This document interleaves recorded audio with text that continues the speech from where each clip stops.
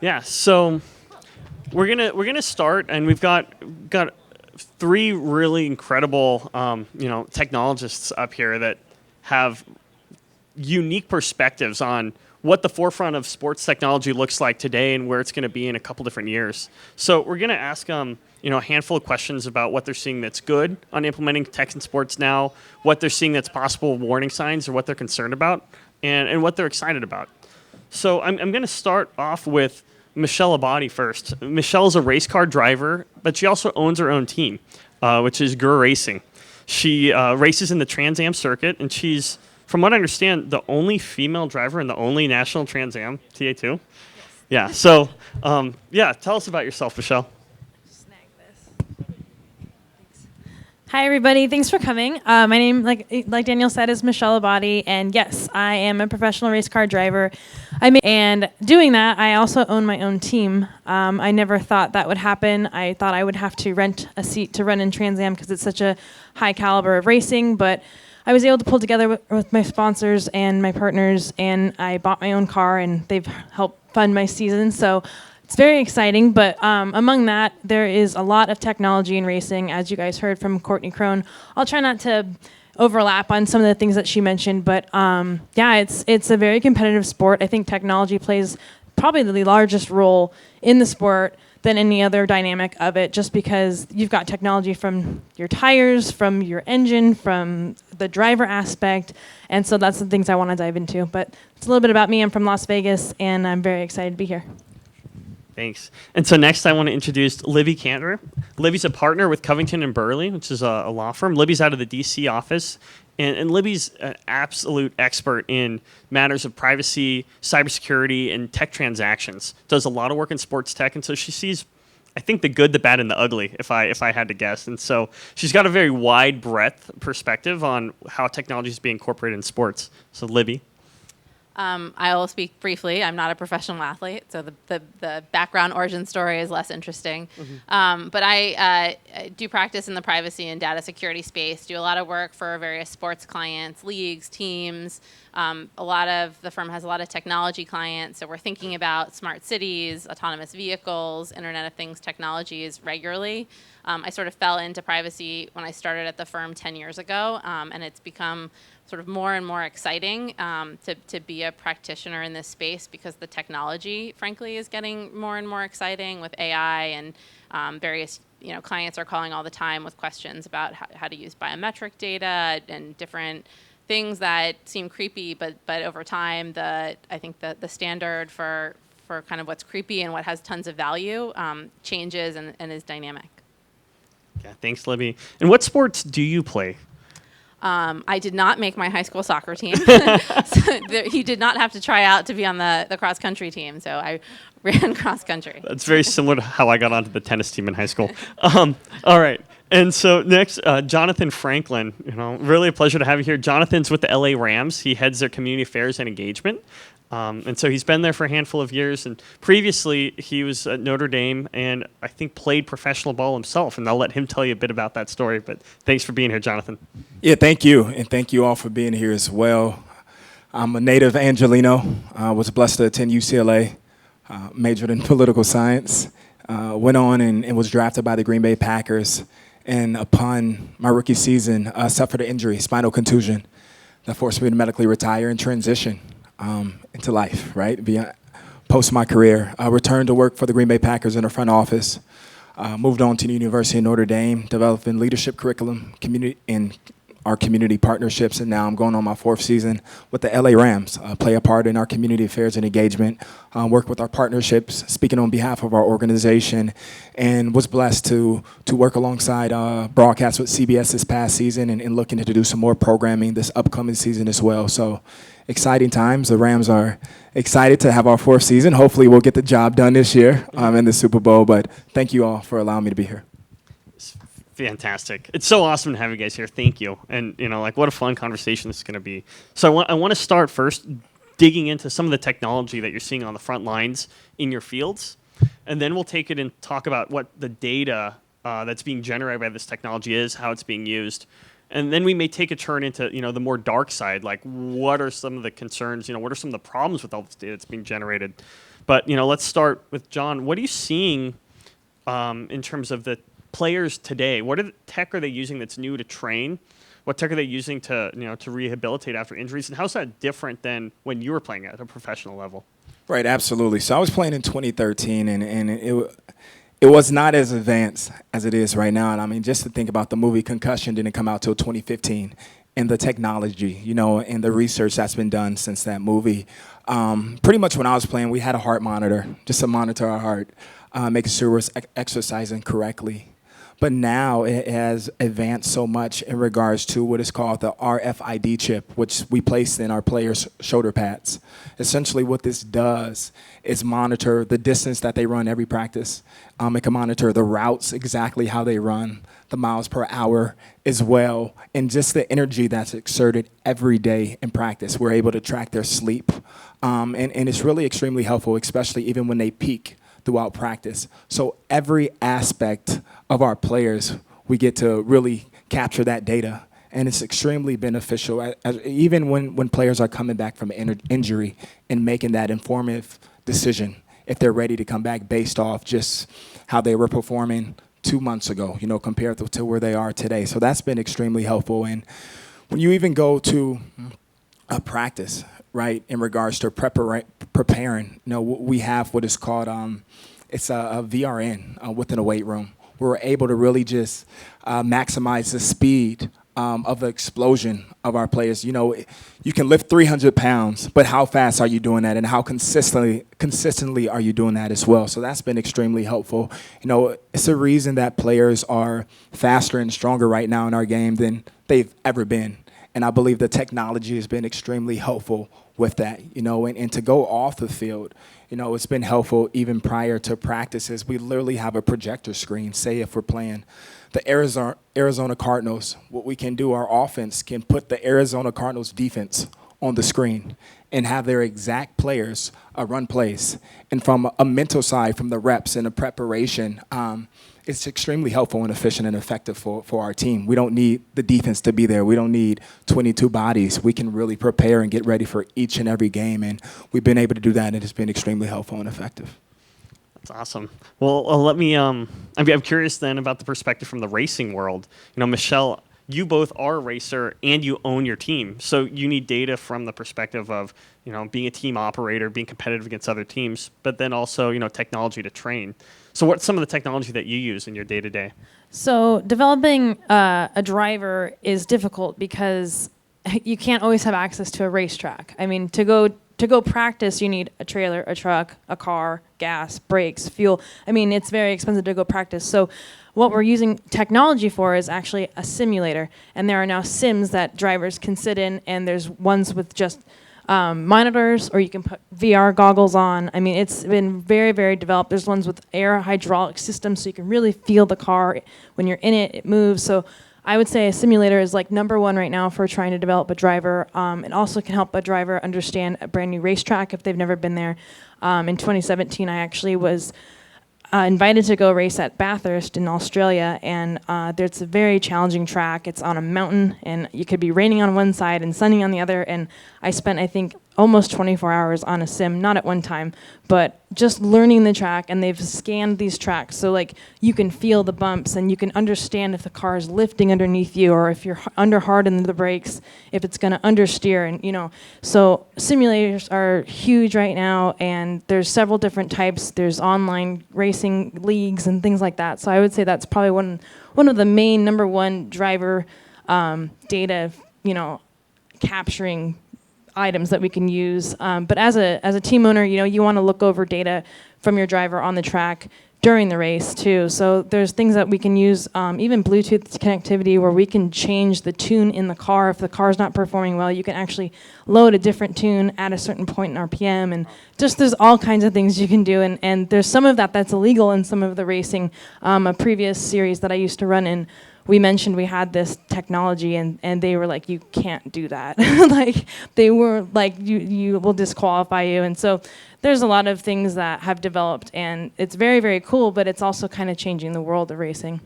Wow. Okay, so I have a question that actually could be for any of the three of you, just based on what you said, Jonathan and Michelle, on kind of the pace of athleticism, like accelerating, right? And I was thinking about what Justin was saying outside, where it took 30 years for people to figure out how to ollie on a skateboard, right?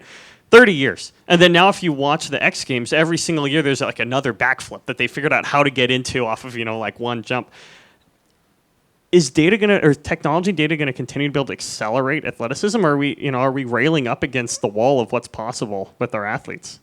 Well, I guess I'll answer since I have the mic. I think that in racing, it really just comes down to pushing the athlete and the driver to kind of meet the ends of physics. You know what I mean? I mean, it's like you can only go so fast, like Courtney had mentioned this morning, and I think that the data will provide that, but it might hinder the abilities as well, because just because the computer says that you gave it too much brake, it might have gave you more acceleration on the other side of the corner. So I think it's a matter of evaluating. For us, it's been extremely helpful because now we can truly measure, our athletes, right, and just the growth and the progression of them. I think technology will continue to advance, especially when we want to prevent injuries, right? It's so fascinating with the GPS monitor. You can really track, if a player is doing a certain drill or making a certain cut, how's their speed slowing down or increasing, and that comes with diagnosing an injury, or just getting ahead of it, so it's important, right? And it's going to continuously grow, right? And it's important for the game of football right now. Okay, awesome. And Libbie, what are some of the ways that you're seeing data driving value to the sports companies and the leagues that you're working with? Sure. So I think that we've heard a lot today about the value to the players and enhancing sort of the value from the perspective of athletes. Beyond that, player data, I think there's a business value, right? So to the extent that there are more, and I think you alluded to this a little bit, but as part of scouting, to the extent that you have more and more data inputs through technology that enable you to discern which players have things in common with players who've had success stories and measure different things and metrics that might be predictive of success. There's a lot of value there from a business perspective. Another kind of area relates to fan engagement and the monetization of data. So with respect to just the experience of being, participating in a sporting event and watching and being in the stadium, I think that's going to change exponentially over the next couple of years. I think there's going to be opportunity, sensors in bathrooms to let us know when bathrooms are dirty, facial recognition in stadiums with blacklists to identify people from a security perspective who might pose risks. Lots of different ways that the transactions that people conduct in stadiums will be made more and more seamless. So location-based recommendations. Last time you were here, you wanted a hot, I live in DC, and the Nat Stadium has Shake Shack, which always has a really long line. So, hey, do you want to order this Shake Shack hamburger now? And go ahead and pay for it on your phone and pick it up after the fourth inning without waiting in line. Like that, all of that fan engagement stuff, it's not really core sports, but I think it's core to the business of sports and is going to completely make fan engagement different over the next few years. The other way I think that there's a lot of value from a sports business perspective relates to sponsorship opportunities. So really understanding, the overlap in fans with the consumers or audience for a particular sponsor's products, and helping create more value by understanding better the shared interest and overlap there, and finding better sponsorship opportunities. And then I think Jill mentioned this morning the kind of gambling opportunities, and obviously player data and the generation of that data, I think is really important to that marketplace. Awesome. That makes a ton of sense. Thanks, Libbie. And with Michelle, even with all the advances that we've been hearing about today and what Libbie was just talking about, is there still data for you as a race car driver that's missing that would be useful if you had, that could help you improve, train, perform better? And what is it? Well, really, I hate to answer no. I mean, I feel like they really have nailed down everything, but it's really interesting to hear the other side of an athlete, and how maybe I've had heart monitors on so we can replicate my heart rate in the gym and be able to understand the amount of stress my body's going through. I mean, I have a stock car that I race, and it was 152 degrees in there for about 100 miles.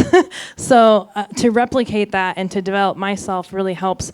But a matter of something that I could bring to the table that's missing, unfortunately, I can't. I mean, we've got so much covered.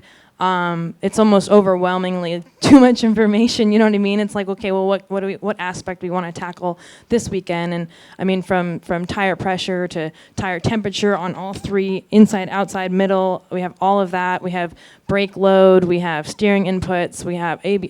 It's crazy. I think we pretty much monitor everything. Okay. Well, all right. So I want to get to that in just a moment. I want to ask Jonathan about it too. But before that, Michele, has anyone approached you about wearing a 360-degree camera on your head for now then they could turn it into a VR experience? People could experience your race car drive? There's actually a video on YouTube where there's a 360 lap of me taking you around the track, and I voice over the corners and things like that. So, yes. That's amazing. All right. Yeah, people have thought of everything. Okay. So to what Michele was just talking about, though, Jonathan, do you feel like the teams, the trainers, the athletes are actually concerned or being just oversprung, overloaded with the amount of data, and are there problems with that? Not at all. Even from the business side, you think about, say, for instance, if we had a player playing for our organization for 5 years, say every day at practice, he's been peaking at 12 miles per hour. In his 6 years, his contract year, which we have an option to re-sign him or let him go. And that 10 goes to 7 miles per hour. We're going to make a business decision, right, based off the data that we've been collecting, right, or more so a calculated risk. So I think it's been extremely important, especially even when we're scouting or when a draft comes around and we have an opportunity to compare our players versus those that we're watching, those players that we attend their practice. Technology is extremely important in this game. It's making it faster, efficient, right? And then again, as I said earlier, players are bigger than they ever been before in this league, and they're moving at a rate that they never have been before. And it's because they're training differently based off the technology that we have in this game. And even going on the field, right? Now, when I played back in the day, you wouldn't be able to see the play till halftime or post game, right? When you came into film, when a play ends, the coaches have it immediately right there on the iPads. So from across the board, from training, from the actual game and game planning, technology has been a huge benefit for football. So, Libbie, have you seen, and can you comment on some of the the misuses of technology, the misuses of data that you've been involved with, and what do people need to be aware about, and how do we avoid that going forward? Sure. So, fortunately, I think more times than not things go right and not wrong. But the clients I work with are very thoughtful about trying to do the right thing and anticipate what could go wrong and put in place controls to prevent that from happening. So maybe I'll talk a little bit about the things that the concerns and risks about what could go wrong and to be aware of. So I, as a lawyer, focus a lot on legal risk, and more, especially in California and elsewhere, I think in the next few years, there's going to be comprehensive privacy legislation that regulates how personal data is shared and what rights individuals have to access and delete that data. So thinking through, what data is being collected? Are we collecting it in scouting from kids who are under 18? And maybe we have consent, but are we more concerned about what data we're collecting when someone's under 18, even if they've consented? And they really, their hopes and dreams are in making this professional sports opportunity. And so the consent is a little, I'm not going to say coerce, but you're more concerned about whether people are consenting in a way that's fair and equitable. And maybe if you are, the types of data you want to, there might be some limits you want to place on the types of data you collect about them. Sharing the data with third parties and thinking about, when you're talking about fan data, there's certainly legal restrictions in what data you can sell or share with third parties. And whether you need consent to do that, particularly when you're talking about really sensitive data like payment card data or other biometric data and other kinds of sensitive data. I think securing the data that is collected and against data security breaches and compromises is something that's sort of top of the list for a lot of clients, and thinking about having information security controls to protect it.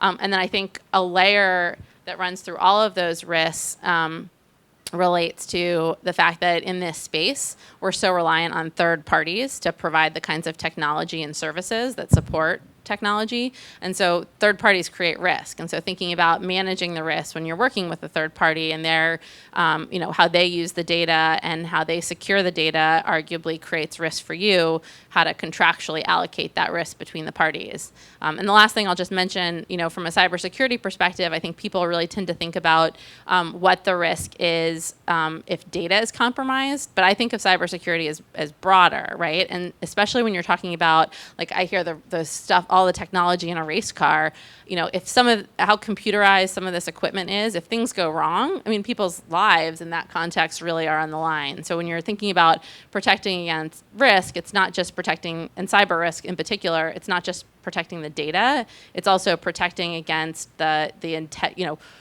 ensuring that the systems have the availability and integrity that you need to get the job done and keep athletes safe.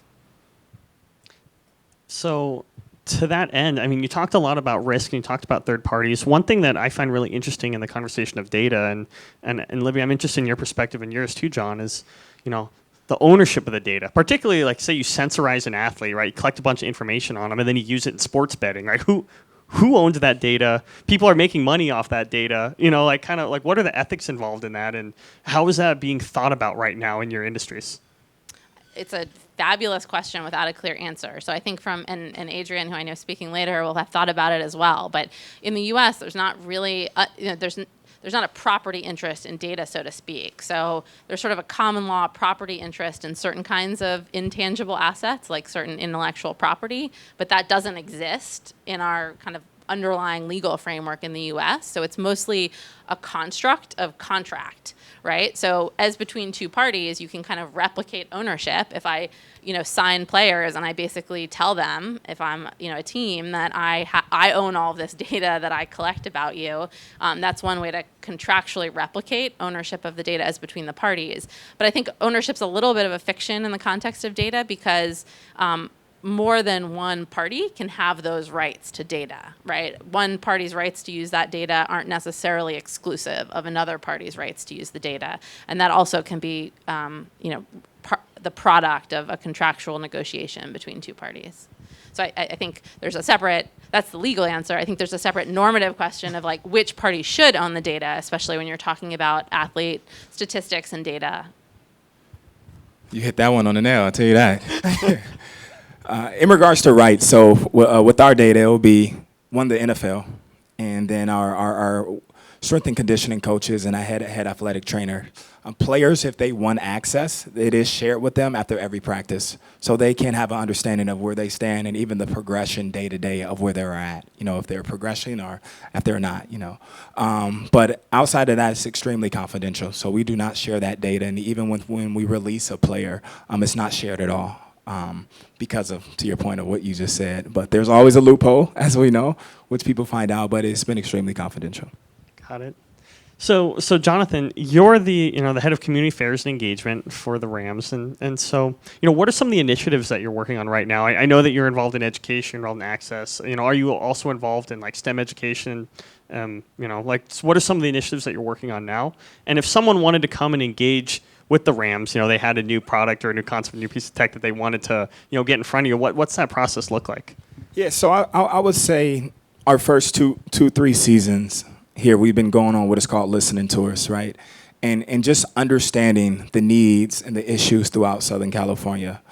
So as we develop a strategic plan, we could be authentic as we want to transform not just Los Angeles, Inglewood, but Pasadena, Orange County, the whole landscape of Southern. So we listen to understand, to provide the hope that doesn't exist and maintain the hope that does, right? So reach out, email, please get my card. From that standpoint, and in regards to our initiative, it's very broad. Just to paint the picture, you're talking about over 5,000 nonprofits, in LA, over 700 schools, over 12.1 million people. So in regards to our initiatives and programming, it has to be extremely broad because of the needs. I know we're emphasizing, one of our pillars is homelessness, right? And through education, breaking the cycle of poverty. So we're heavily involved in education because of that. Working with United Way very closely, and especially even social justice. Given this upcoming next weekend, we'll be at the Ventura Correctional Facility working with the youth, ages 18 to 25 for just character education. We'll be doing a football clinic using the power of sports to engage, and not more so to grow the game, but to give these youth hope based off the mistakes that they made early on. We're working heavily. So in California, you cannot become a certified athletic trainer. And then at high school games, athletic trainers are not mandated or even at practices. So really working to see how we can push the needle, to keep this game safe, to keep all sports safe, beyond just football. So we're excited to keep it broad, to really make an impact, for the youth, but beyond, right, as we talk about poverty too. I commend you for that. I mean, and I know it's a few years in the making, but what the Rams are doing down here is just phenomenal. So, Michele, has the world of sports betting kind of entered the racing world at all? Like, has that been a collision course yet, or not yet? Well, maybe in NASCAR. I haven't had any experience with it in the series I run in because it's not as recognized, unfortunately. So in the U.S., if you want to make money racing, you have to go to NASCAR pretty much, or IndyCar. But no, I don't have any experience with that, so I don't know. Maybe you get a NASCAR driver in here that could tell you. Well, I mean, it's just like what Jill talked about this morning, right? Where, like what happened, the women's soccer team isn't censorized yet. Like, we're not collecting the data there, but it's going to happen. It's going to happen by the next World Cup. I mean, I think that we're going to see a lot of this technology start to get deployed in a very widespread manner. And to that point, I'm curious, you talked about the tech in cars, like can't possibly increase. These things are way too intelligent, though maybe too hot in the inside, 150 degrees. What about the tracks? Have the tracks gotten smarter over the last few years? Actually, yes. The safety systems that they use for flagging, a lot of those have gone electronic. Some have actual digital display inside the cars. So instead of looking for a person on a corner, waving a flag, you've got, we also have radios, of course, but visual appearances in your car can tell you what's happening on the track.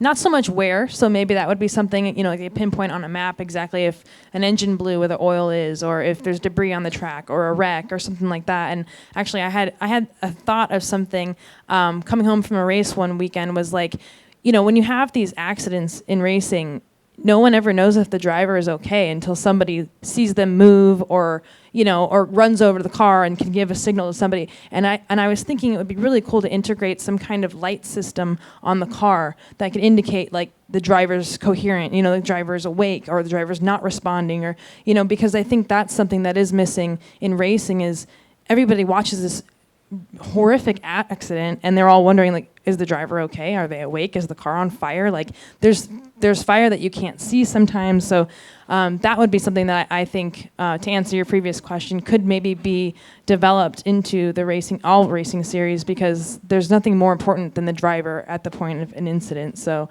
I definitely think that would be something that would be helpful. Okay. Yeah, that would be really cool. Don't take my idea. Yeah, don't steal that. Yeah. Better come talk to me first. You're sitting next to a lawyer. Just have her take care of that quickly. Yeah. So I have a final question for all of the panelists, but before I do, we've got time for maybe a question or two from the audience. Does anyone have any questions for the folks up here on stage? Yeah, please. A lot of the technology you guys have talked about is in terms of enhanced performance or strength and all that. So I guess it's kind of a question for you is what's the liability? Because a lot of it isn't about the safety and the protection of the athlete that you were just bringing up. Yeah, unfortunately, you can't even step foot on a racetrack without signing a waiver saying, that it's dangerous. And yeah, there's leaps and bounds being made for technology and keeping drivers safer, especially in our gear.